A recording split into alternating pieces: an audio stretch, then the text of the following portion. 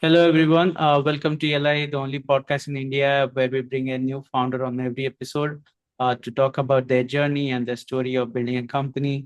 And today we have with us Sanjog Anand, who is the co-founder of Rostrum Education.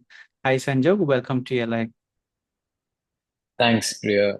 How are you doing? Is it Priya Ranjan or Priya? Yeah, it's Priya. You can call me Priya. Sure, right? Okay. Thanks, Priya, for inviting me here.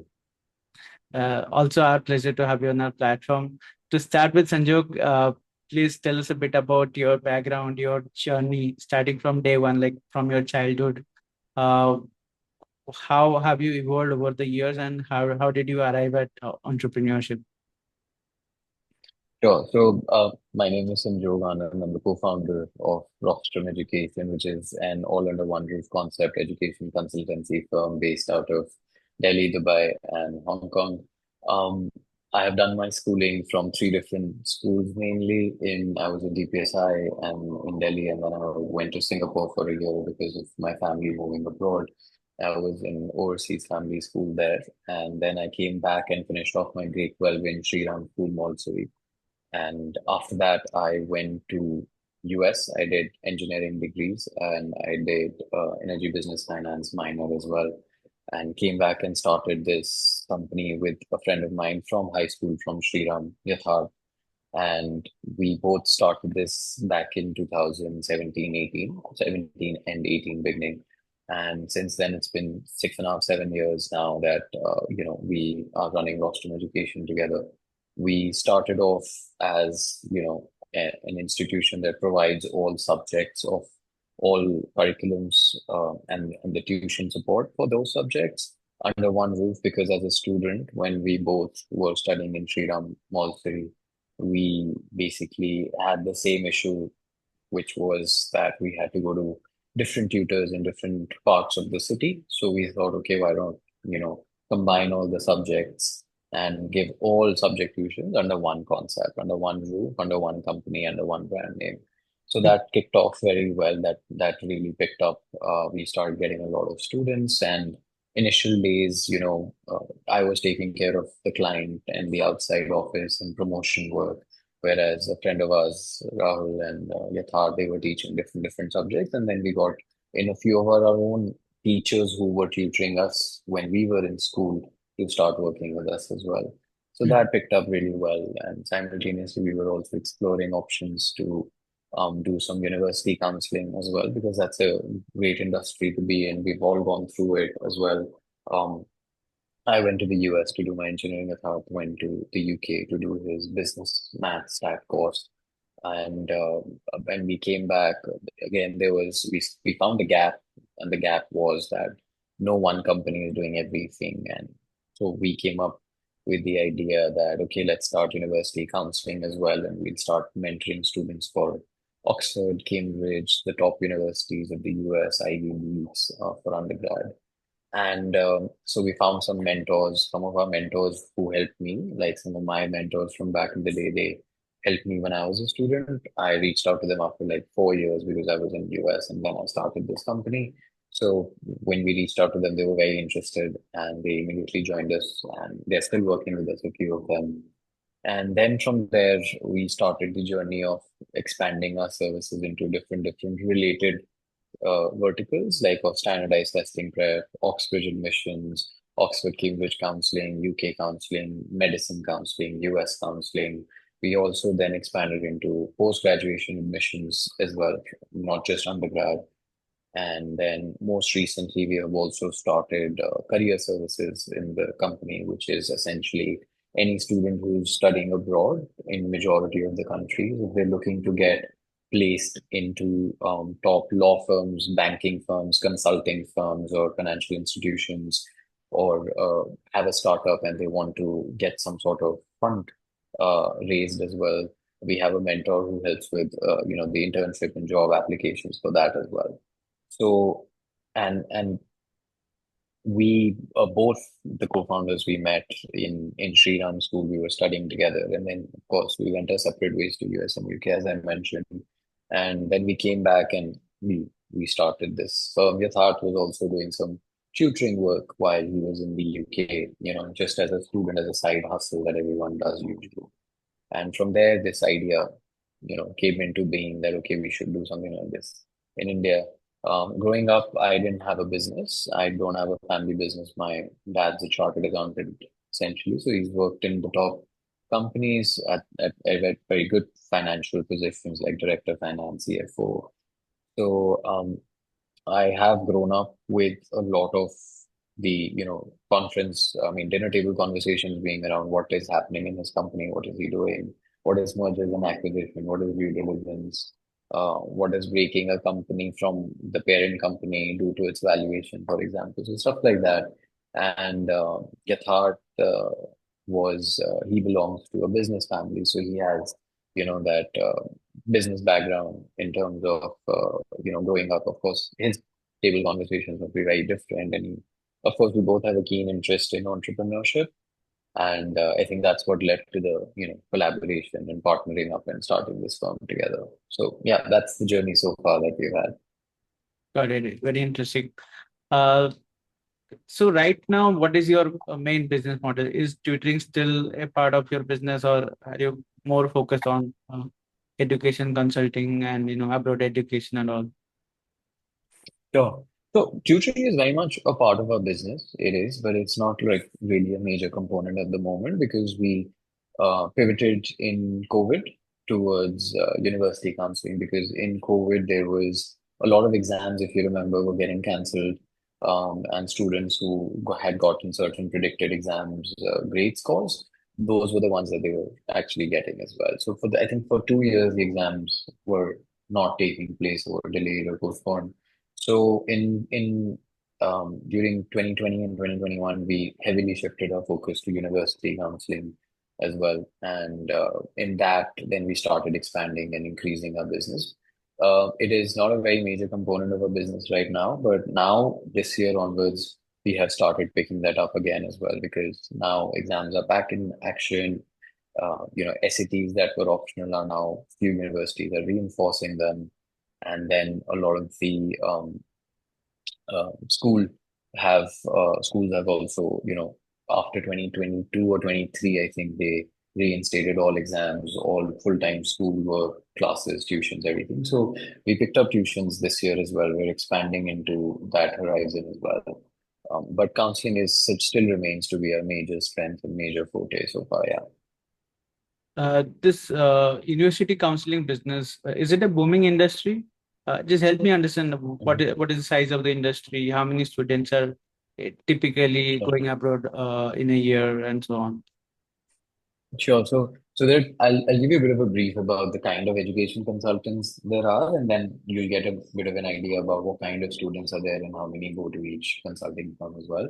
It is a booming industry, 100%. It has been booming. Education abroad is not just, going abroad, but it is also the education, the exposure, the experience, the network that you build that a lot of parents and students have started realizing over the years is way more important in order to make a student a global citizen, not just of a particular nationality or a particular school or a city or a state or a country. In order to students become more globally aware and adaptable, they have started realizing that education abroad is a must. And there are two kinds of consultants in this industry. There's one that does a lot of the mass-based work, which is helping students get into the tie-up based universities. So the tie-up based universities, like, they give certain fees to the company for each student. So the company is, always with the intent to send them where they get the money, right? So that leads to a bit of a gray area in terms of what if the student deserved better? What if the student could have gone to a better university? Then there's another kind of consultant, which is what we do as well, is we charge the student and we help students get into top universities, UK, US, Hong Kong, Singapore, Europe, Canada, with or without scholarships, but only on the basis of their merit and preparation that they do. And universities like Harvard, Oxford, Cambridge, Stanford, they require years of preparation, Hmm. and not a last minute decision of applying abroad. So students as young as grade 9, grade 10, they have started coming to us from these schools. And, they come with the idea that they want to go abroad. So they want to start preparing for it and start thinking about it right away only. So we are the second, we are the latter of the kind of consultants, which puts us in a position where we have to be almost perfect in everything that we do, because that will, lead to a possible acceptance of a student into a top university. And that is more competitive than anything, and that is more important for a parent and a student than anything.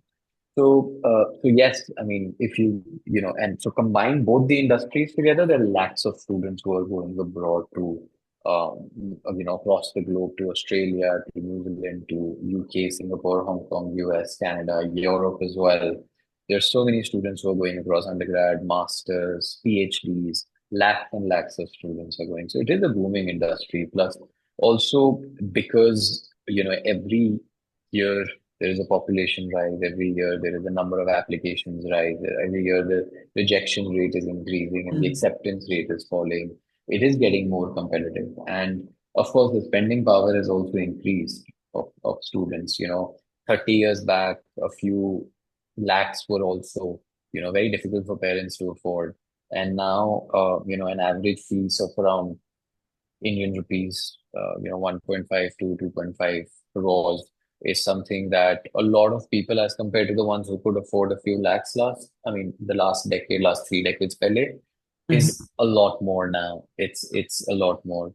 And what makes that happen in this industry is that a lot of people are willing to spend in education and invest in a student's education, right? And another industry that is very works on very similar emotional equation is healthcare industry. So a parent or a family or a mom, they will never think twice about spending money for the student's education and healthcare, right? If Mm. a student is not doing well, they'll immediately like, okay, let's get you tuitions, right? But if you want to get a remote control car, they'll be like, no, we can take it some other time, or we'll take it in, next year or something, right? But education, if you're not doing well, they'll get you tuitions. You need counseling, they'll get you counseling. Healthcare, you're not feeling well, let's go to a doctor immediately, right? So I think these two industries are, they're very, of course, they're very technical, they're very heavily people dependent, but they're also emotionally driven, I feel. Why Mm. they're emotionally driven is because the parents, the most valuable thing in their life is their child, and for their child, as any normal parent, there are two things that are very important: is education and healthcare. So yes, education I feel like is a booming sector. I don't think education wise, it's a bad investment to go abroad and get the exposure. I think I studied abroad. My experience was amazing, and the first taste that I got of foreign education was in Singapore, and which is what led me to feel and believe that I want to go abroad, that I want to go to US, I want to go to UK, I want to do my higher education there. And it turned out to be very well. I think, the education, more than education and knowledge, I feel it makes you more responsible about your choices that you have to make independently, and it helps you learn how to make independent choices as well. That you're not dependent on your parents for an education, while making friends, while taking courses, while doing exams, while maybe even going to a party or not going to a party and studying for the exam next morning, for example. So I think these are the kind of things that you also get to learn, not just in engineering or a business or a finance degree. Life skills is something that also gets incorporated in this, which I feel is invaluable. Life skills is something usually you either learn from your own mistakes or other people's mistakes, or getting exposed to somebody's mistakes at least, so that you don't make that same mistake, or you have a better way of doing things. So I think yes, it's a booming industry. Every year, also last year we had certain number of applications. This year we are expecting almost double. So, and over the years, I think we've helped more than 5,000 students already help get into top universities. So yes, it's a booming industry. Every year, if you notice the pattern, the number of applications are rising. So yes, I would like to say that it's on an increasing trajectory. Got it. Is it booming because there are regulations, stronger regulations now across the globe. Every country is not sort of creating new barriers for people who want to come into their country and work. So coming and working in a country is Mhm. more difficult. So education is becoming the other entry point for people to move into a country. Is it because of that? So education is actually the only right way I feel to go into a country, in order for you to be having the opportunity to work there. So it's gotten harder. Yes, you're absolutely right. But if anything, if it gets harder to get a job, students actually don't want to go, right? Because their ROI, their return on investment. What is a return on investment on a 2 crore education degree? Is that you get a job, you get some sort of a work ex, right? And if that is getting harder, students don't want to go, right? Because there is no ROI. Like, what are you going to do when you're not going to come back? You don't want to come back, do a degree here, or do a master's here, or do a job here. So the kind of students we deal with, they many of them are, or mostly are, indifferent towards getting a job there. They are mostly going for the exposure. They're mostly going there to get the right kind of knowledge and information and education to come back and do it, implement that in their own family business, for example. So I would like to believe that the certain countries, yes, there has been a shift from their focus onto other countries, but I don't think that it's getting harder, because it's getting harder to get jobs. The students are getting swayed to not apply. They're still applying. The demand is still there. The supply is still there. That I don't think that is an issue. Yes, some students do, for example, have deferred the idea of going, maybe not this year, maybe we'll go next year. But I don't think there has been a drop in the number of applications, or the interest. For example, and any student, I'll give you a very simple, fact. Any student who's looking to apply, to one country is always applying to another country as well. Like, so for example, if a student is applying to Harvard or gearing for Harvard, he or she will also apply to Oxford or Cambridge or LSE or LBS or Imperial, right? It's that is done, that we also recommend students to do, because we want them to spread their risks, right? Because you don't know the top universities, uh, if they're going to guarantee you an admission. So you do need to explore a lot of other options, and that's what makes them apply to, say, for example, multiple different countries. And that basically, say for example, if you get an option from Canada, U Toronto, and an NYU US, or an LSE UK, so at least okay, then on the basis of geopolitical scenario, employability, ROI, these kind of things you can consider, and then pick a country and a university to go and do their degrees. So it has certainly shifted a bit of a mood in terms of that, okay, who are just applying to the US are not just now applying to the US. For example, if you're mentioning US right now, in the current geopolitical scenario, they're also applying to other countries. So they spread their risk. They don't put all their eggs in one basket, for one country's focus. Understood. The other debate that is running around, especially around the context of higher education, is the value of Mhm. degrees is falling. The value of education is falling because there is AI, and someone with a basic level of education and a good understanding of AI tools can do the same Mhm. amount of work, or can deliver same amount of value as a PhD scholar, or any expert in a particular field. So what is your thought on that? Okay, sure. So it's an interesting take. What AI has done is, I don't think that it has necessarily made any or every job redundant, in my personal opinion. I feel that if we integrate with I think we'll be in a much better position, because we'll be, competing with the world and competing with the tech in our hands, rather than thinking that the tech is opposite to us, or we have to oppose that tech being used anywhere. Interestingly, I was just having this conversation over, dinner 2 days back with my father as well, and I was teaching him how to use ChatGPT. And so ChatGPT is something that gives you a lot of information very quickly. It gives you solutions. It gives you possible solutions. It gives you a lot of information to make maybe a knowledgeable call. But a human being is the one who has to make a decision.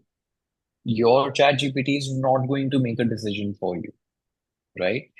So I feel that even no matter how much AI dependent or driven an industry or a job or a field could be, at the end of the day, if there's any decision that needs to be taken, it's still a human will still trust probably another human being more or somebody with that experience, which is why, I thought and thought about it and I felt that it is something that if humans integrate with, work in hand with, in collaboration with, that is going to make us a superpower or a superhuman being or a super specialist in an industry, etc. But if you let AI make as of now, Chat GPT, if you ask any prompt, it's always going to suggest you. It's always going to, give you an advice. But you're the one who has to take that information, process it with your experience, and take an informed decision about it. It never makes a decision for you. It cannot replace you.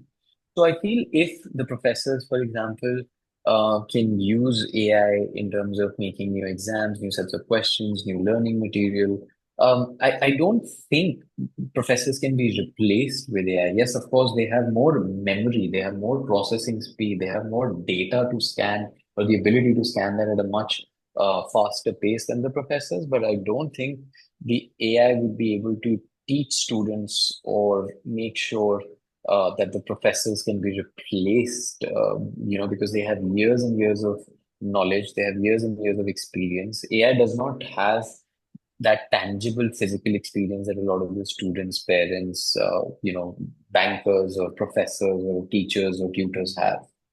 I feel integration would make it much better. I think, doing a very counter argue, in a certain situation, AI would be good for. But I don't think that it can make decisions for you. I don't think a professor can be or educational for us can be replaced by AI. But if we use AI to integrate into our systems in order to be more efficient, to be faster, to give students more resources, to find them more resources, I think that puts us in a much better position uh, rather than competing with it. And I also again as I go back to my main point, which is that education and healthcare, both things are very human driven, very person driven, very human intelligence dependent, and experience dependent. I don't think anybody would or I would allow a robot to operate on me, but I would expect like a human to operate along with that robot to operate on me in order to, so that I have that, okay, this guy has about 20 years of surgery experience, for example, or educational experience, for example. That 20 years of education or health experience can be accumulated, can be combined with, AI to get some more resources, to get alternative methods. But I'm the one who's going to make that decision and help the child or help the patient, for example. So I think AI is something that should be used hand in hand. I don't think it's going to replace anybody. And a lot of Sam Altman and a lot of other AI scientists have said that it's if you're against it, you're going to lose. If you merge with it, you're going to win. So I think along those lines as well that if we're not up to speed, then we are going to be redundant. But I think with integration, I don't think that should be an issue. Got it. And here is my final question before we close. Uh, as an educationpreneur yourself, what would you say is the future of education? Like, what kind of higher education degrees are relevant for the future? Like you give example of medical medicine, which will be relevant because Mm-hmm. you will not trust a AI to operate on yourself. But there Mm-hmm. are certainly education field which will die eventually. People have been saying mathematics as a domain will die. Same will happen to economics, probably engineering. And the model of education will also evolve. Like I've seen many people, many successful people are saying that they'll not send their children to the current education system because it will spoil your child. It will, make them, dumb. To be very honest. So, what would be Mm-hmm. your comment on that? What is the future of education, and what are the future-proof educations out there? Sure. The future of uh, so in terms of, I feel education, I don't think um, will completely be driven out or be dependent on AI. But I also feel ki the point is that the more important thing that a university or a school or an institution like ours should also focus on is skill building. Mm, Skills. Education just by itself gets you to a certain, level of undergrad degree or a master's degree. But when you're getting employable or when you're looking to get employed, they're also looking for skills, right? They're not just looking for a very high GPA. They are looking for a high GPA, but not just that.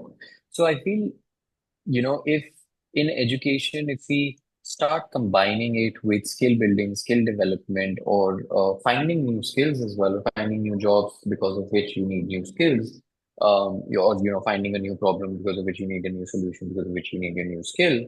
I think that is something that I see the education industry pivot towards. That I think there's a university Atlas Skill Tech. It just not just teaches you or gives you education, but it also gives you the skills, certain skills there. So there are certain skill workshops to become a certain skill, kind of maybe a banker or an artisan or a painter or a musician or anything for that matter, mhm, right? And there was this movie in Hollywood called Accepted. I don't know if you've heard of it. And this university is sorry, this movie इसका Bollywood version बना था फालतू. mm, That movie yeah, with Jackie Bhagnani I and remember. if you remember. But the English movie is called Accepted. So in that, the student he doesn't get into any university, and he then creates a fake university, fake website, and everything to show to his parents that he's going to a university, right? And once they get into the university, unfortunately, the website was live. So a lot of students who were in a similar position as, the Bollywood version, exactly the same, they all got in, and then they were just chilling. And then, you know, they started uh, teaching, right? And in that movie, they were not giving education or knowledge about physics or chemistry or anything. They were doing practical experience-based things or skill-based things, right? So I feel if we, combine theory is important. I'm a science student, so I do wholeheartedly believe that theory is important. It gives you the depth that you require to make some certain, practical or real-time, application-based find problems, solutions to those problems. So I feel if we integrate theory, practical, and skill building together, Mm, uh, you know, and pivot towards that rather than just bookish knowledge or like a CBSE rote learning that we have as a mm, common concept here. I think that is something that, along with, of course, AI, as I said, if you integrate AI to do at least one of these three things together, like practical might be very difficult, right? But theoretical it could help, or it could help with skill building as well, that you could identify, okay, if you want to go for this job, you want to be a banking analyst, these are the skills required, these are the education things required. So AI could help you learn one of those things, I feel, along with the professors, along with the curriculum. So I think if we merge that, integrate that, I genuinely feel that uh, education's future, I think, will be in safe hands. And even without AI being in the picture, I still think we should pivot towards that, because skill building is because jobs are getting even tougher to mm, get as compared to university admissions, right? So it's not that, okay, you get here, you're sorted for the next round. You're still in a very competitive environment till you find the job, and you're stable there for at least 1 or 2 years. right. So, and the typical mindset of a parent is, okay, clear 10th, clear 11th, clear 12th, clear union, clear masters, clear MBA, clear job. There's at least 6 to 7 extra steps that you have to continue working on for the next 5, 10 years in order for you to be able to call settled or stable, right? So I feel education industry, I feel by itself is going to be fine as well, because education is treated as a mandatory to be successful, or MBA as well for that matter. I genuinely feel it's also combined with skill set and analytical thinking, aptitude a student has, what are the capabilities, what are they good at, and I think also there should be a matrix to identify students from a young age on their interests or their strengths or their weaknesses as well. Future of education should be, okay, if we do integrate all of these things, or at least start inculcating long-term vision and long-term plans and long-term skill building exercises. Yeah, absolutely. I think that's the way forward, and the typical examination and assignment, these Yeah, sort of models are going away. That just reminded right. me of a funny meme that's running around. Now students are using Chat GPT to do their assignments, and teachers are evaluating Assignments. the assignments Yeah. using Chat GPT. And so there is no point of doing Yes, assignment at all. So yeah, on this note, we will close I this. agree with you. But Yeah, go on, please. yeah, so I was saying, so on, yeah, you were saying that students are using ChatGPT to do assignments and then teachers are using ChatGPT to check the assignments. So, as soon as ChatGPT was launched, there was a ChatGPT tracker also that was launched to check, checker was launched as well, equally Right. soon. So, yes, you're absolutely right. But again, as I said, it's the human intervention that is always going to matter a lot in this. Just wanted to say that. Yeah, Absolutely. All right. So on this note, we will close the session. Thanks for joining us, Sanjog. sure. Pleasure talking to you. And I think the work you are doing is Likewise. really taking the student community forward by placing them in good colleges. And colleges will always remain a great part of any student and person's life. Of Um, course. Although the model of education will change, but yeah, I mean, kudos to you for the great work that you are doing. Thank you so much, Priya. It was great speaking to you. Thank you for listening to me. Thank you. Thank you, Sanjog.